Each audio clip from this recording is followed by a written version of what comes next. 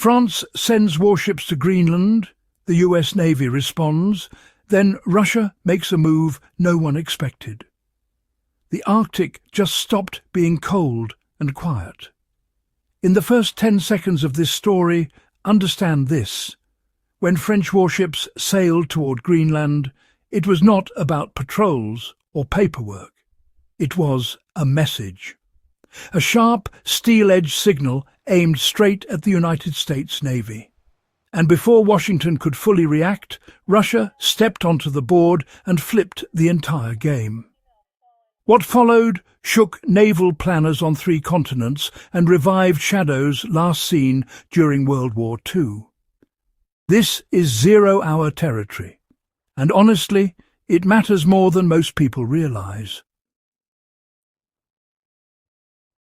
Why Greenland suddenly became a naval flashpoint? Greenland is not just ice and isolation, it is really the high ground of the modern world. Control the waters around it, and you influence North Atlantic shipping lanes, submarine routes, missile warning systems, and the Arctic's untapped resources. During World War II, Greenland was a quiet but critical outpost, hosting weather stations and airfields that shaped Atlantic operations. Today, the stakes are even higher. The United States has long treated Greenland as a strategic shield. Early warning radar, naval access, and air routes all converge there. When France sent a naval fleet into nearby Arctic waters under the banner of freedom of navigation, it immediately raised eyebrows in Washington. This was not routine. This was a calculated presence. France's message was not accidental. France does not move warships without purpose. Deploying a fleet so close to Greenland was a deliberate flex. It signalled European independence in Arctic security and quietly challenged American dominance in the region. Paris framed the move as a commitment to international waters and Arctic stability. The unspoken translation was clear. The Arctic is not America's private ocean. French naval doctrine has always leaned on strategic signalling. In World War II, naval movements were often about intimidation just as much as actual combat. This particular deployment, well, it followed the same old playbook. No shots fired, no threats spoken, just steel hulls cutting through cold water, daring the United States Navy to respond. The United States Navy's response? Calculated restraint. Washington did not panic. It watched. The United States Navy increased surveillance, repositioned assets, and quietly reminded everyone that it already had boots, bases, and sensors in the region. The response was measured, not weak. In naval strategy, silence often speaks louder than radio chatter. The United States understands Greenland better than anyone. Since World War II, American planners have treated the island as a cornerstone of North Atlantic defense. The message back to France was subtle but firm. We see you. We are already here. But while eyes were locked on Paris and Washington, another player was warming up. Russia enters and, well, changes the temperature. Russia did not send a polite signal. It sent a shockwave. Almost immediately after the French deployment drew headlines, Russia announced expanded Arctic naval exercises and repositioned assets across its northern fleet zones. This was not coincidence. It was timing.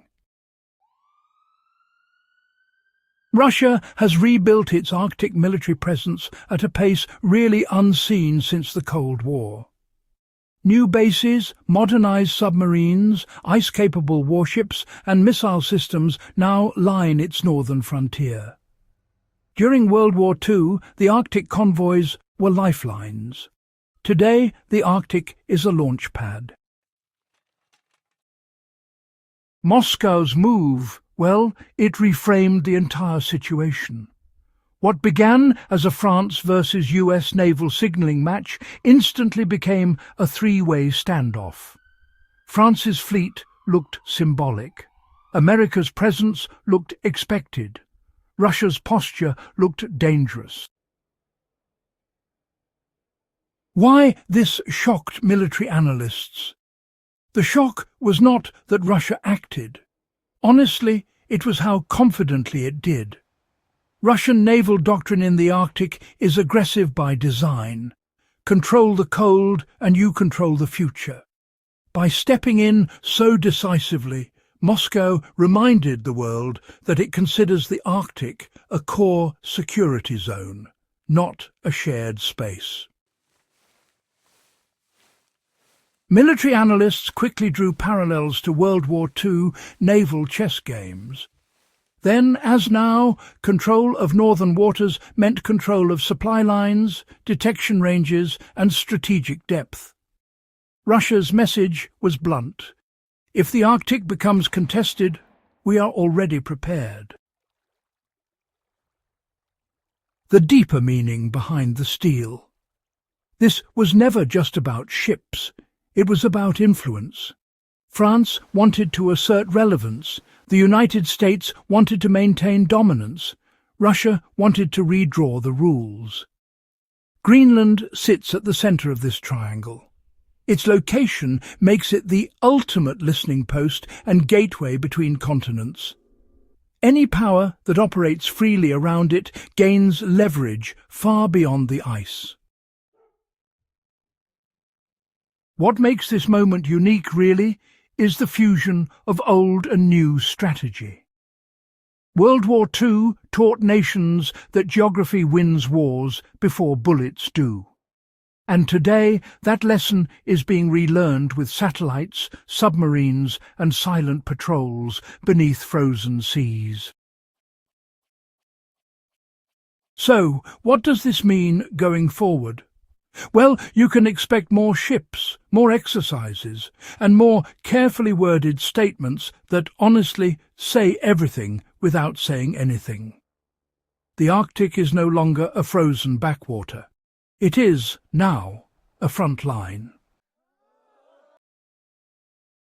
For viewers of Zero-Hour World War II, this is, well, history unfolding in real time, using lessons written in blood and steel some 80 years ago. The same logic that drove convoy battles and naval blockades back then now drives Arctic deployments and power projection today. France tested the waters. The United States held its line. Russia raised the stakes. And Greenland, once just a quiet strategic footnote, is now, honestly, a centerpiece of global military planning. This is how modern power struggles begin. Not with explosions, but with movement, with presence, with messages written in the language of warships. If you want to understand where the next global fault lines are forming, keep your eyes on the ice. Subscribe to Zero-Hour World War II for deep dives that cut through the noise. Share this with anyone who still thinks history is over and, well, stay ready. Because the past is never as distant as it looks.